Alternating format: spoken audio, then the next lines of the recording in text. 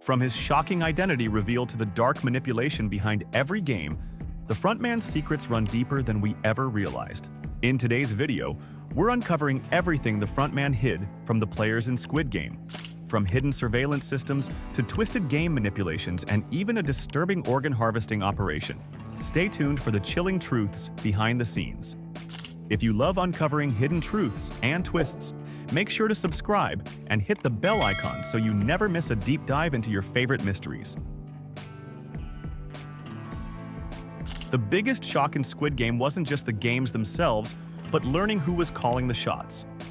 The frontman, the mysterious figure in the black geometric mask, was revealed to be none other than Hwang In-ho, the winner of the 2015 Squid Game.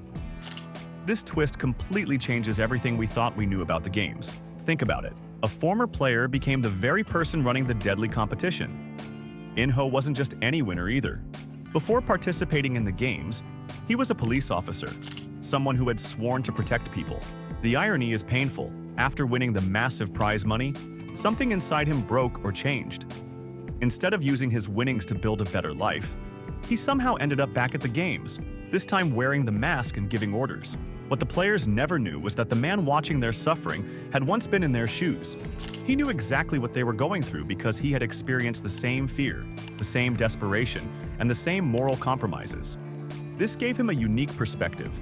He could predict player behavior because he'd lived it. The frontman's position reveals something even more disturbing about the Squid Game. It's a cycle. Winners don't necessarily escape the game's grip. Some, like In-ho, become part of the system they fought to survive. This raises questions about what happened during those 5 years between his victory and his return as the frontman. Did the organization recruit him? Did he volunteer? Was he forced somehow?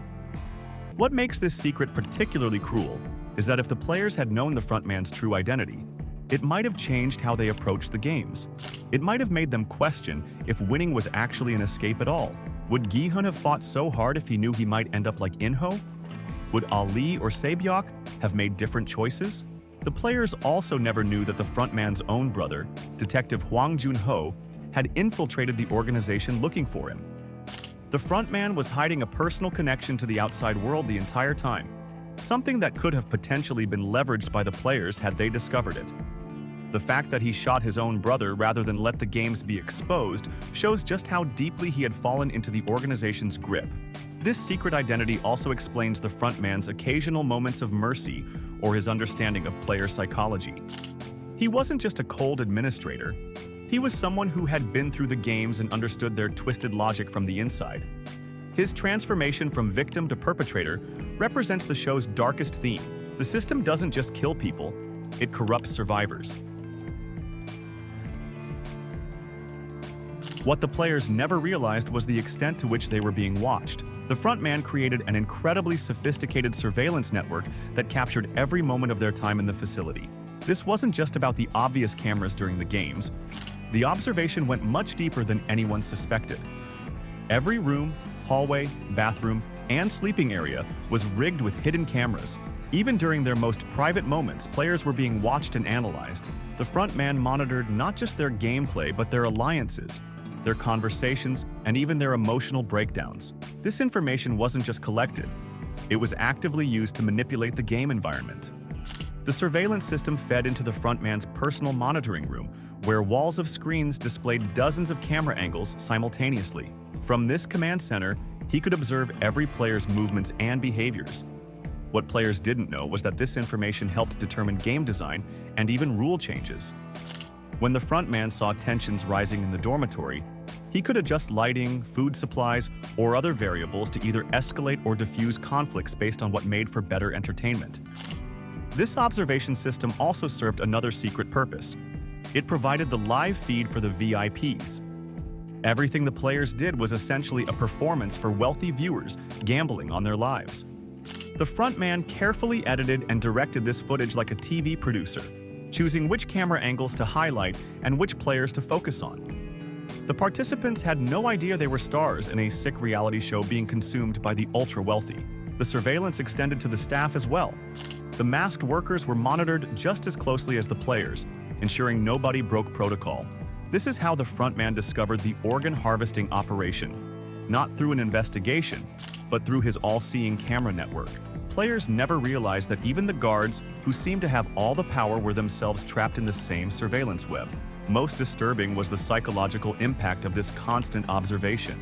Even in moments when players thought they were having private conversations or forming genuine bonds, they were being evaluated and manipulated. The frontman understood that watching people when they think they're alone reveals their true nature, information that helped him predict their actions during games. The cameras also recorded valuable data about how people respond to stress, fear, and moral dilemmas.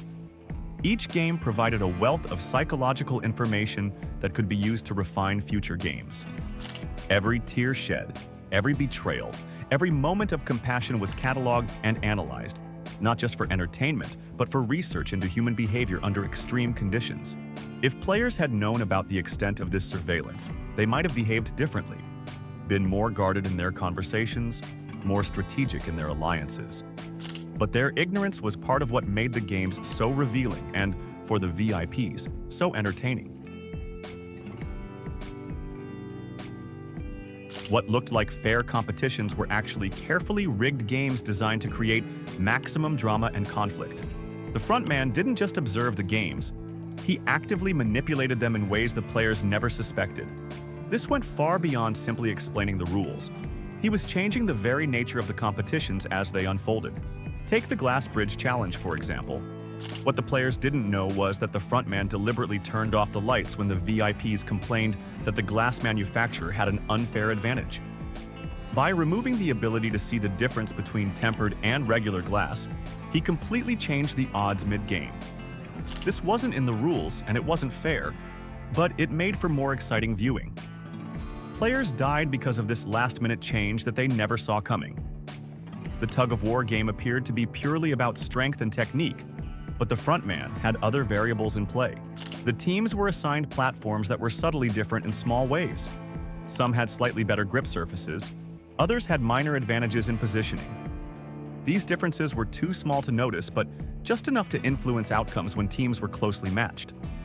The frontman wanted certain teams to advance based on their storylines and personalities, not just their physical abilities. Food distribution was another hidden manipulation.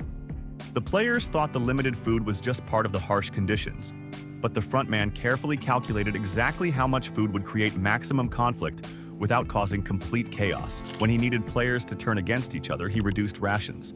When he wanted alliances to form, he provided just enough food to encourage sharing. This wasn't random cruelty, it was strategic manipulation of basic human needs. The night riot between players wasn't an accident either. The frontman deliberately manipulated the lights, keeping them on when players needed sleep, creating irritability and tension. He knew exactly what he was doing, creating conditions where violence would erupt, allowing certain players to be eliminated without an official game. This culling of players was part of his design all along, but participants believed it was just spontaneous violence. Rules were also selectively enforced. When it served the drama, the frontman would allow certain rule violations to slide. Other times, he would enforce rules with deadly precision. This inconsistency wasn't a plot hole. It was deliberate manipulation to shape the direction of the games. The doctor who received game information in exchange for harvesting organs was initially allowed to cheat because it created interesting dynamics, only to be executed later as a plot twist. Even the voting system to end the games was rigged in a way. The frontman knew from experience that desperate people would return, so this false choice created the illusion of fairness while practically guaranteeing the games would continue. The psychological pressure of returning to crushing debt versus the slim hope of winning ensured most would vote to continue.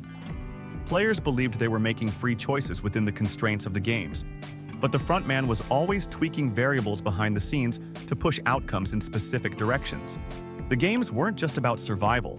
They were about creating the most compelling story for the VIPs watching. Hidden within the already horrific Squid Game facility was an even darker secret operation that most players never discovered. A group of corrupt staff members, under the nose of the frontman, had established an illegal organ harvesting ring. This gruesome side business targeted eliminated players, whose bodies were supposed to be cremated according to the official procedures. Instead of proper disposal, Certain players' bodies were taken to a hidden medical area where their organs were carefully removed by the corrupt doctor who had infiltrated the games. These organs were then packaged and prepared for transport to the outside world, where they would fetch high prices on the black market. Players like Ali, Sabyok, and dozens of others never knew that even in death their bodies might be violated for profit. What makes this particularly disturbing is that the frontman actually knew about this operation for some time before shutting it down. He allowed it to continue because it served a purpose. It kept certain staff members satisfied with extra income and created another layer of control over the workers. The doctor who performed the harvesting was given advance information about upcoming games in exchange for his grisly work, creating an unfair advantage that other players never knew existed. The organ harvesting ring reveals something crucial about the entire Squid Game organization. Exploitation happens at every level. Even in death, players were still seen as resources to be used. Their bodies, like their lives, had monetary value to someone. This mirrors the show's commentary on capitalism. Humans reduced to commodities, valuable only for what can be extracted from them. Players who were eliminated early actually suffered a worse fate than they realized. Not only did they lose their chance at the prize money, but they became literal spare parts in this hidden economy of flesh. Had the contestants known about this practice, it might have changed their entire approach to the games. The fear of not just death, but posthumous exploitation might have driven different decisions or alliances.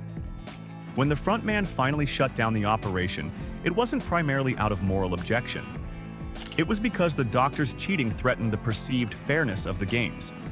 The VIPs expected a level playing field, and the advance information given to the doctor undermined that illusion. The frontman executed everyone involved not just as punishment, but as a spectacle that reinforced his authority and the supposed integrity of the games. The harvesting operation also reveals the complex hierarchy among the masked staff. Some were willing participants in this side business, while others remained loyal to the official rules.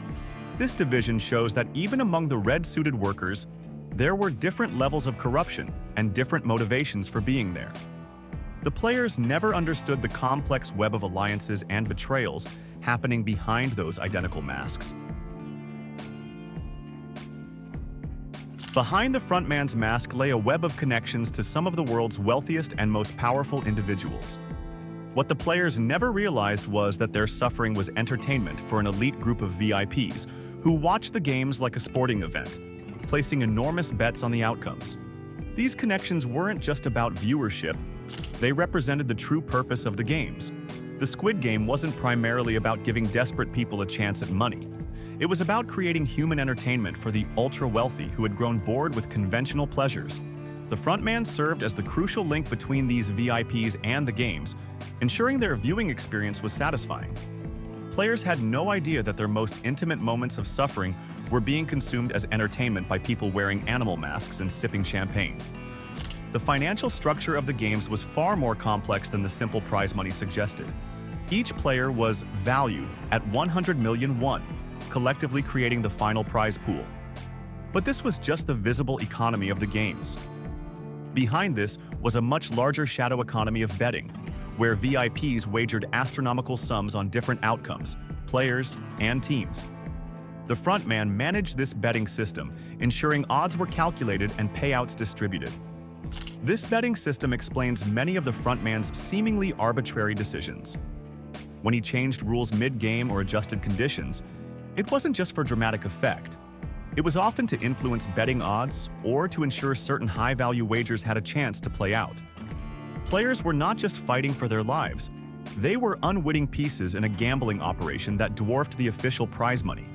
The hierarchy extended beyond just the frontman and the VIPs.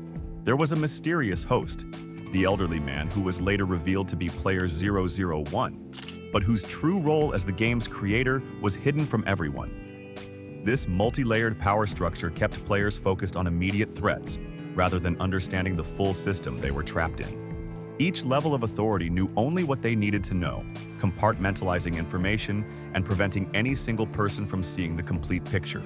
The frontman's position in this hierarchy was precarious. Despite his authority over the games, he was ultimately a servant to the VIPs and the organization. His own past as a winner who returned to the system suggested that even the massive prize money couldn't free someone from the economic forces that the game represented. This dark truth, that winning might not mean escaping, was perhaps the most devastating secret kept from the players. If you enjoyed this deep dive and want more intriguing insights, don't forget to hit that subscribe button and turn on notifications so you never miss a new video. Thanks for watching, and until next time, keep questioning everything.